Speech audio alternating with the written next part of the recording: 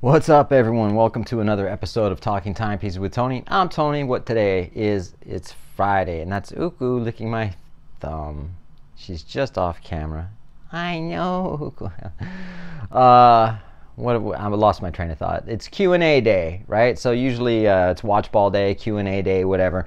This is where you get to ask the magic watch ball or myself a question, and either she or I answers it. It's a fun way. Sometimes it's fun. Sometimes, she can be a smartass. She can be, any of my new subscribers that don't know this, a lot of YouTubers think they have a crystal ball into the watch world. Actually, some of my people that comment seem to think the same thing, but not a big deal. It's just we all have opinions and whatever. But essentially, if you want to add your question, I do Q&As every Friday.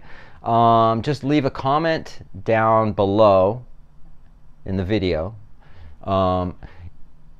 If you leave me an Instagram comment or a DM, chances are I'm not going to get it. I mean, it's really rare. I'll catch one occasionally, man, but you're better off just leaving it in the comment below, and not if someone comments and then comment on that for a question, because then I don't see a lot of those either. So just make it real easy. Leave your comment. We'll address it on Friday's Q&A. What am I wearing today? I'm wearing my Zenith Pilot on the WIS rubber strap. Super comfortable strap. Great strap company. WS, thank you for sending these to me. Appreciate it. Love them. Also, my new single came out this week. Don't Blame Yourself, featuring Lincoln Parrish.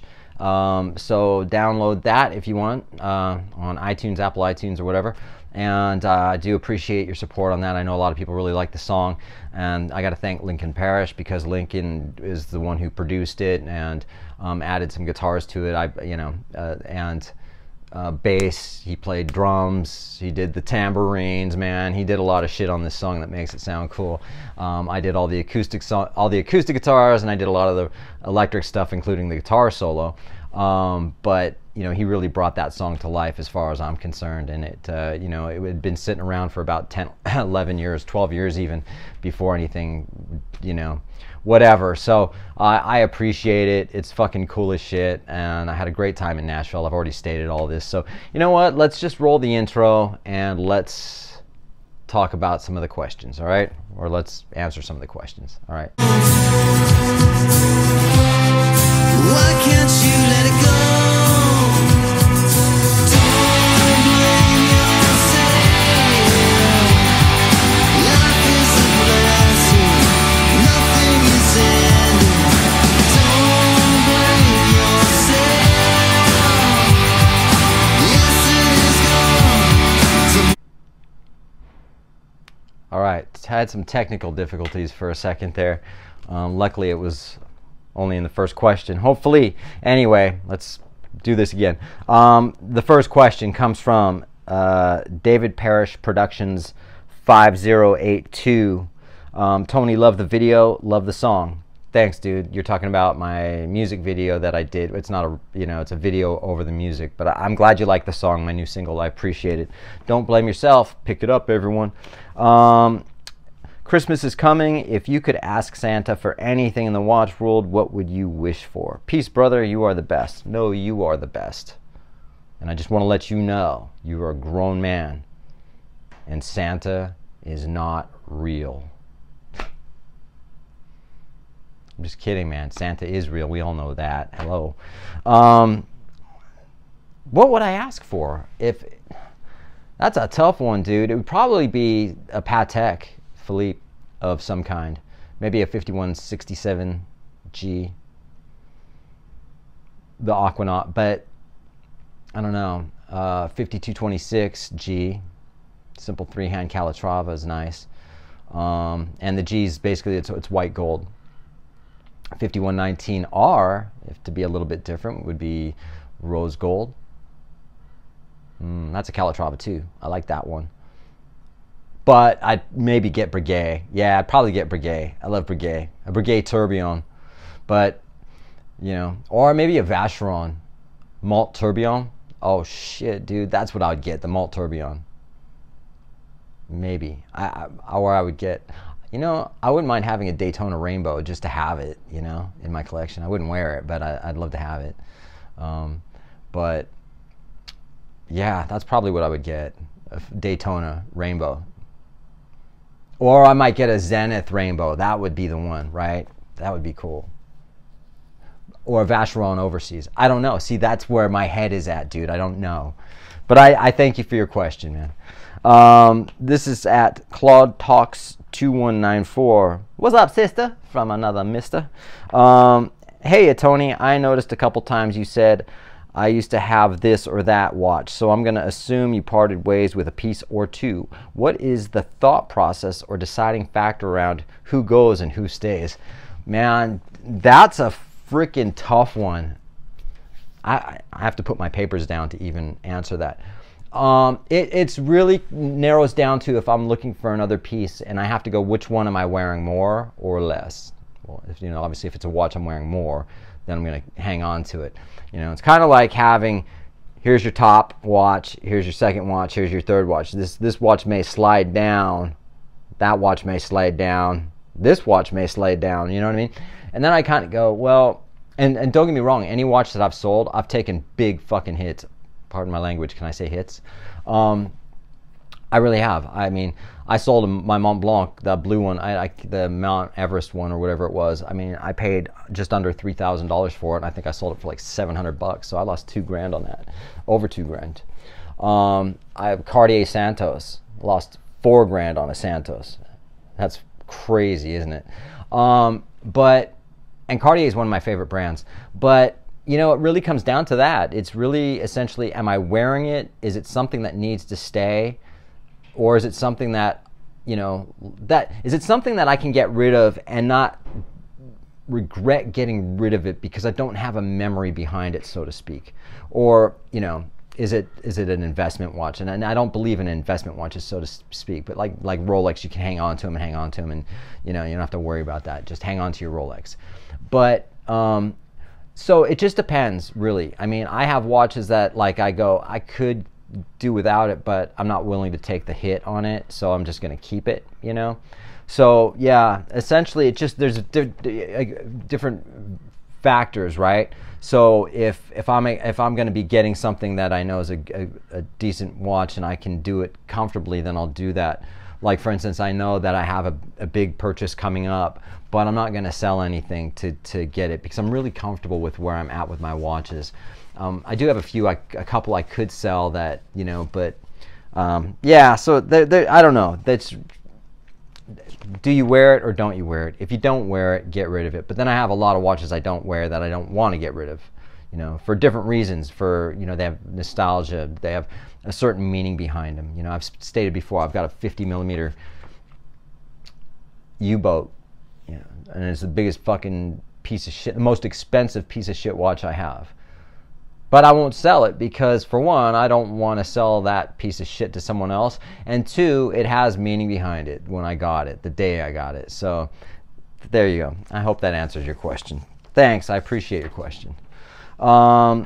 User KB9BQ80Y5Y. Your mom named you that? Great video as always. Hi to the kitties. Hello, Uku. A viewer says hello. Say hello. Paco. Paco, say hello to the viewer. Don't be rude. Come here then. Say hello. Come here. Come here. Say hello. Jeez, that's how you have to say is hello. Say hello to the viewer. You got that? Good boy then. You go down. Question. How long after you get a Rolex from the AD is it proper etiquette to ask for the next one on your wish list? Fucking same day, bro. I got no shame. I don't know. It depends on your AD too. You know what I mean? If he's one of those guys that almost feels like he's doing you a huge favor by getting it for you, and it finally came in, and it took all this time, and you have to gauge how they are. You know what I mean? Like if it's Juan, with my sales rep, before I even put that watch on my wrist, I'm like, oh, dude, so when can we get a Daytona or whatever? You know what I mean? So I don't say it like that. It's just because I know him so well, my AD, that I pretty much we just generally talk. He'll ask me what I want next, once before I walk out the store, you know. So it just depends on your relationship with your AD. I mean, it doesn't hurt to, you know, you wear it for a couple weeks or a month, whatever. But if you have that watch and you already know that you want the next one, say, hey man, I also just want to let you know this is also what I want. If you can get that for me, of course, that Rolex you just got would be part of your spend history and part of your Rolex journey, so to speak, right? So yeah, just whenever you feel like it, dude. You know, just gauge your rep and let them know. This is from Minuteman94. What's the best way to follow up if it's been a while and you're on the list for watches? What do you say without being a pain or coming across wrong? That's kind of similar to my last question in a sense. If it's been a while, how long's a while, dude? You know what I mean? What constitutes a while? It could be a week. Man, it's been a whole week. Damn it, I haven't heard from my rep.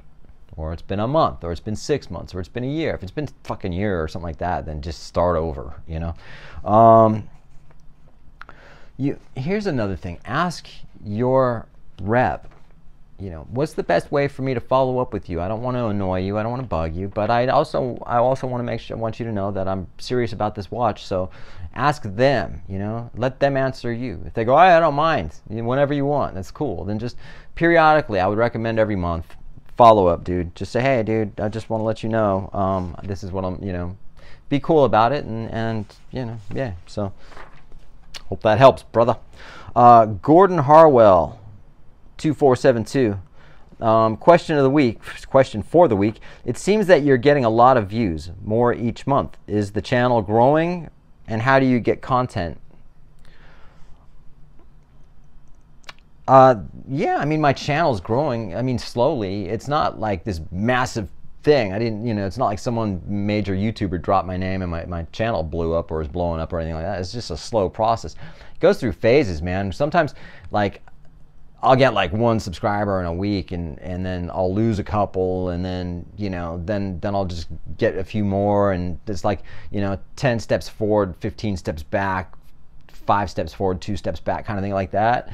So it's not like, you know, this big huge channel or anything like that, you know, but and then how do I get my, and I, you know, so it just depends. I got a few more subscribers because I did that Anthony Ferrara video, but you know, I don't know if they're going to hang on, because it seems like a lot of people just want to hear drama, and I'm not that guy. More people want to hear drama as opposed to just good, happy, fun shit. You know what I mean? So I don't know. And how do I get my content? I get my content from up here. You know, I don't necessarily jump on anyone's bandwagon. You know what I mean? You know, if it's like, for instance, a Long Pond watch that came out, or this watch or whatever, then that gives me inspiration to write. To do a video, or to say this is what I'm going to do a video on. It's all inspiration, like being a writer, you know. And don't get me wrong, sometimes I go, what the fuck am I going to talk about next week, man? Because I'm fucking all out of ideas. You got any ideas? Let me know. You know what I mean? But like, for instance, say Omega released a bunch of new watches, and everyone jumps on that, and I don't do a video on it, you know, at all, because I don't know, just don't. And then sometimes, like, there was a new Omega that came out that was a Speedmaster, and it was all their gold dust, whatever it's called, Speedmaster, you know, and then you get like 500 views on it or something. It's almost not worth it. It seems like the videos that I put all the effort into doing get less views than the ones I just improv, wake up in the morning, put my hat on and go, hey guys, what's up? Let's do a video and talk about stuff, watches. You know what I mean? So my content comes from my head, dude. Thank you for your questions, always. You also did mention something about Rolex, man, so I got to bring this up. You said you heard that Rolex only gets out, Rolex ADs or sales reps get allocated watches every 3 months. And you said a couple things that were just not right, dude.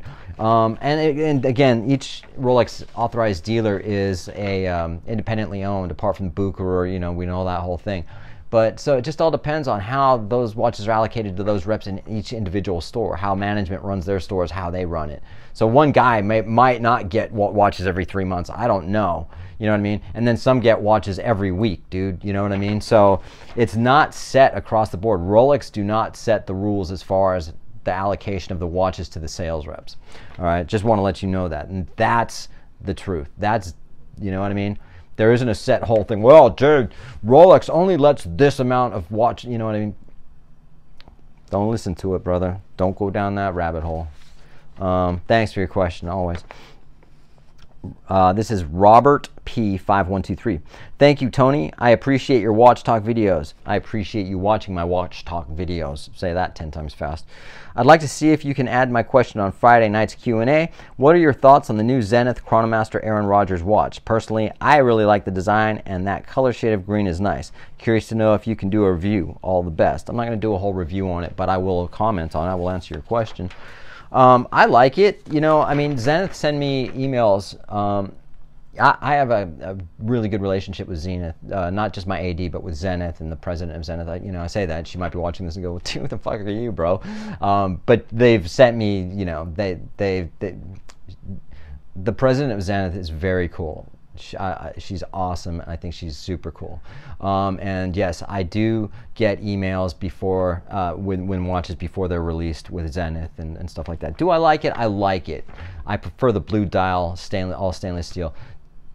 Nothing wrong with the green, but I'm a Chicago Bears fan, dude. And Aaron Rodgers, no. I don't like the Packers. But if I put that aside, I can say, hey, look, man, the watch is nice. And could I? Okay. I could put it aside and say I bought this and not because of, you know what I mean? It's like my Blancpain, the yellow and black. Someone said it was like the Philadelphia Eagles, and I was like, or no, Pittsburgh Steelers, black and yellow, and I was like, what? You just turned me off the watch, dude. What the hell are you talking about? Or my Zodiac. Someone mentioned the Miami Dolphins because of the seafoam green and the orange, and I was just like, why do you got to ruin it for me, man? So other than that, I think it's a great watch. I'll take the blue dial stainless steel case over the green though, any day. All right, so this one comes from, this is the last one, William Lundgren. Lundgren? Hey man, love and appreciate your content. Been following along since the beginning. Dude, right on, man. Just put my name at my local AD for the same OP36 screen that you recently picked up. Wondering if you have any thoughts how scarce it may be. My purchase history over the last few years is a Datejust 36, blue fluted Jubilee, nice, and an Explorer. Thanks. Yeah, dude, I can't tell you what ADs get what or how scarce something is, you know? Well, I can tell you the green OP, apart from the Tiffany blue or the turquoise, the green's going to be the secondary of the hardest of the two to get, because they don't have the coral red anymore, and they don't have the mustard puke yellow or baby diaper yellow, whatever you want to call it. However, I do like that watch too. So those are the only two you're really going to get. The blue one, the blue one like I have in the 41s, a little easier to get, and the silver one's going to be easier to get. The green and the blue are going to be more difficult. So if you're on the list, just follow up, man. Again, you know, I don't know how hard it's going to be for you, but you do have a couple of watches, so hopefully you'll get it. And on that note, all right, everyone, I appreciate you taking the time out of your day to watch my video. It means the world to me, and it really does. You know, I love you guys, and I appreciate your comments. I appreciate everyone who subscribes and all that stuff. And I appreciate everyone who comes up and talks to me when you see me at Bindi Jewelers or in Nashville or wherever I'm at. Come up and say hi, because I like to say hi back. All right, you guys, we'll talk to you soon. Have a great weekend.